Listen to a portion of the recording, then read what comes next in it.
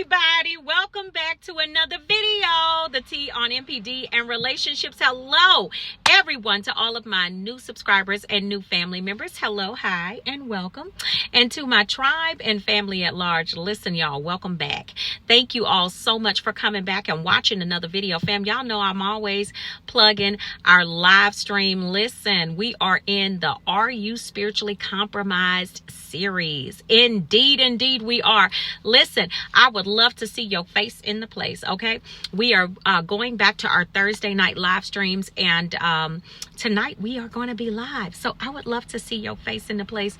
And this is where we get, as I told you all, this is where we get to the meat of the matter. This is where we begin to discuss the things that has happened to us from a spiritual perspective. This is where we go deep.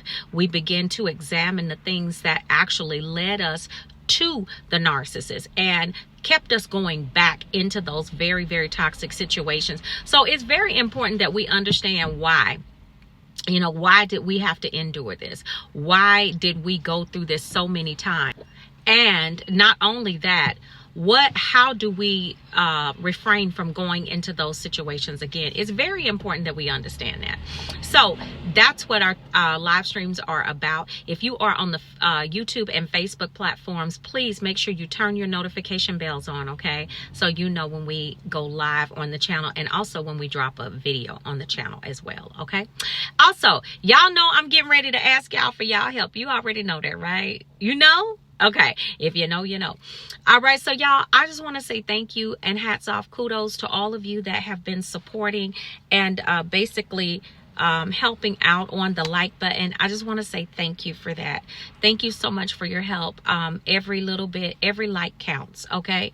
It helps our information spread throughout the algorithm. So someone hit it for you. Can you do me a favor and hit it for somebody else? Can you, please? All right, y'all, hit that like button, hit that like button. I want y'all to hit that like button for me, okay? Thank you so much. All right, so, yeah. The goal of the day is 2.1K plus on the likes. If you rocks with your girl, y'all hit that like button for me, okay? And also, last but certainly not least, y'all know I want to plug this book, y'all, Seduced by Satan. The link is pinned in the description below. Listen, you'll thank me later. It is a jaw dropper. It's a pearl clincher. It's a showstopper. It is actually how you get to actually see how it plays out with the cerebral narcissist and all of the supplies that they're able to collect, and how this man actually moved through all of them. Y'all, it's crazy. It is really crazy to sit and listen, sit and read that, and to just see how wicked they can actually be. Okay, family? So listen, pick up your copy today. It's pinned in the description below. All right, y'all, let's jump into the topic of this video. I want to talk about something, because a lot of times when we are dealing with narcissistic abuse and the different aspects of it, people think that, you know, because the narcissist is maybe thinking or talking badly about you, and they have actually, went in on that smear campaign again as well. And, you know, of course, they're going to do that. And I explained the reason why. The smear campaign is simply actually a confession campaign. And they're simply talking about what they actually did to you. Don't let the smooth taste fool you. These clowns know how to get it. You know, they know how to get a good negative conversation going. Okay, these birds is crazy. They are absolutely crazy. So I want to talk about what they actually remember most about you, the one that got away. Okay, the one that got away. And the reason I want to talk about this is because most of y'all are going to remember how they actually treated you. You know, what they said, how disrespectful they were, how they told you that you were nothing, you would never be nothing, nobody would ever want you. A lot of y'all probably experienced the name calling. Some of them were probably violent. You know, they could have been, just depending on where they are or where they fall on the spectrum. They can be very violent as well. So all of the things that you remember about when you left. And that's why I say to you all, always remember the narcissist you left. Don't ever remember the one that you met, because the one that you met wasn't real. Okay, that wasn't the narcissist at all. That was actually a mask. That was a ego, a fake persona that you met. Okay, but you know, when you begin to reflect over how badly they treated you, and then you know you broke up with the narcissist, you went back. Okay, and the treatment was worse. Then you broke up again, and then somehow or another you found yourself back with them again, and the treatment got even worse. So I mean, it's just a back and forth. As long as you will allow them to do that back and forth thing in your life, they will do it. But the way that the narcissist will oftentimes remember the supply that the one that got away is, unfortunately for them, in their minds, although they were very disrespectful, although they had so much to say and so many negative comments about you, the truth is, y'all want to know the truth? The truth is that whenever they reflect on you, the ego that serves them so well in disrespecting you is the same ego that turns on them when you're gone. Yeah, it's true. So a narcissist, all of the disrespectful things that they said about you and how they said that you didn't, they don't care and all of this different stuff. Let me tell you something. That's not the way that they remember you. And that's the problem. That is the absolute problem. So let's get into that. You know, let's talk about that portion right there. It is the problem. And so this is why you see them time after time, you know, trying to come back, trying to stay in contact with you. And one of the biggest lies that they tell, because of the memories, and, you know, these are actually memories that torment them. These are not, it's not pleasant to them because they know what they've done. Oh, they know what they did to you. Oh, they know that. Yeah. They know what they did to you. They know how ugly they acted. They know how badly they treated you and everything. But one thing that they will never be able to get off of their minds is the way that you made them feel and how you treated them. See that right there. See that same ego that teaches them and encourages them to disrespect you and do all of that. That's the same ego.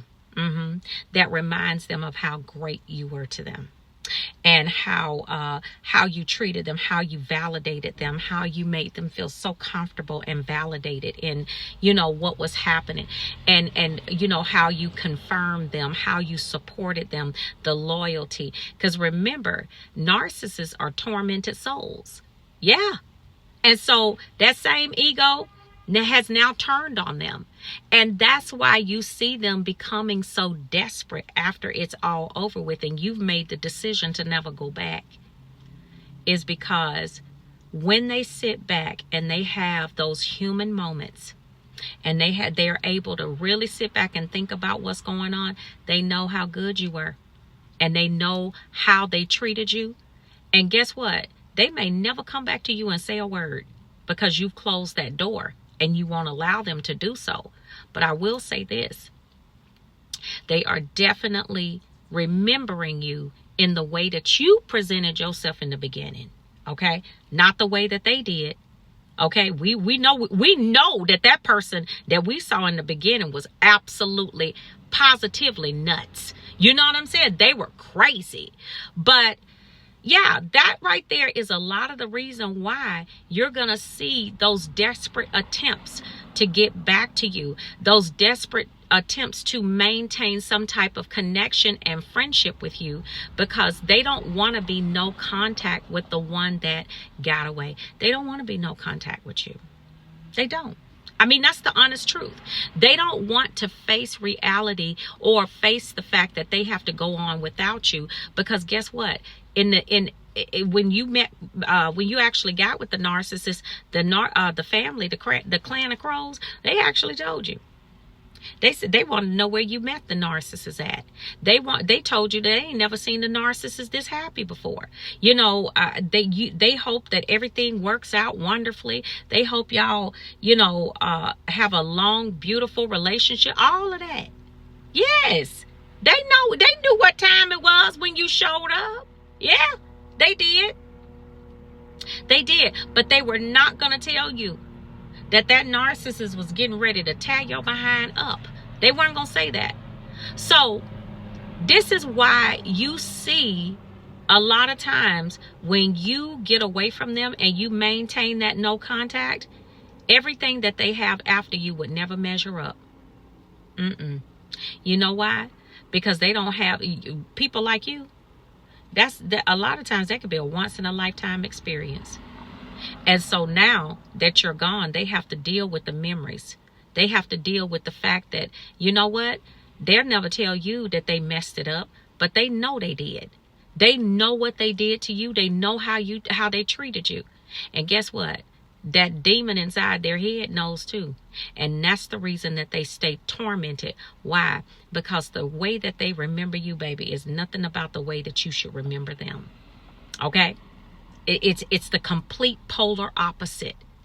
So this is something that you need to just always keep in the front of your mind, in the forefront of your mind, as to why you don't want to ever go back to that situation and maintain that no contact and stand in your power.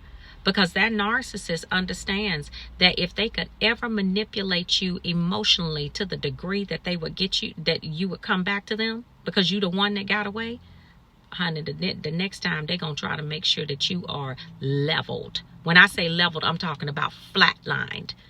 Because you are the one that they never, ever want to see with anybody else. Do you know what that does to a narcissist? Do you know what it does to a narcissist that's thinking about you in all of the most positive ways that you affected their life, and then to now think that you have now moved on and you could possibly be going on with your life and someone else is enjoying what they used to enjoy? You know how that torments them? Not only are they thinking about how good you were to them, but they'll never say it to you. And they're going to keep on talking that smear campaign with the family. But in the back of their minds, they have so much angst that they don't ever want to see you move on and be happy with someone else. Why is that? Because they feel like you belong to them. This is how crazy they are. This is how crazy they are. But you know what I think about all of this? It serves them right. It really does. It serves them right. And I know it's the truth because plenty of clients have told me when they had conversations, and not only them, but me too. When I went back to they were like, I just couldn't get over the way, you treated me and how you made me feel. And I don't know what happened. And they're never going to fully accept the fact that they destroyed the relationship or was a huge piece of why it was destroyed. I just felt like we deserved to give it another shot and blah, blah, blah, blah. No, what they wanted is the ability to bring you back to see if they could flatline you the next time.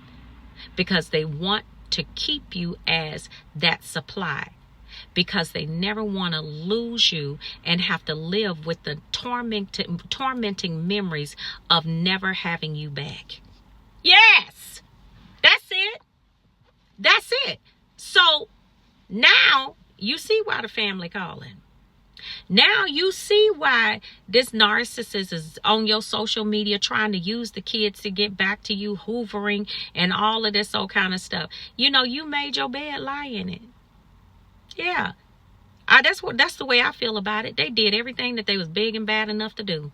Like my mom would say to us, hey, that was their little red wagon, what they decided to do with the relationship or the manipulationship or whatever you want to call it. That was your little red wagon. They could push it, pull it, ride it, or wreck it, whichever one they wanted to do. And they decided. They made their decision.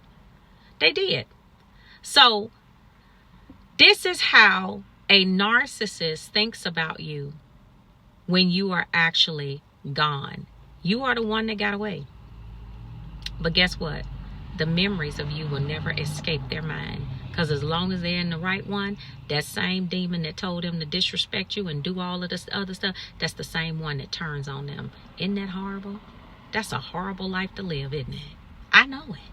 I know it. But you know what? You can't sow apple seeds and expect a peach tree to bloom. No, it don't work like that. All right, family. So listen, y'all, I want y'all to really take this in, and don't worry about what the narcissist is saying and what they doing. Worry about you, and you shouldn't be worrying about. Be concerned that you are not with them anymore. And guess what? They got to live with the memories of you. That part. All right, family. So I love you all. Listen, be real good to yourselves, okay?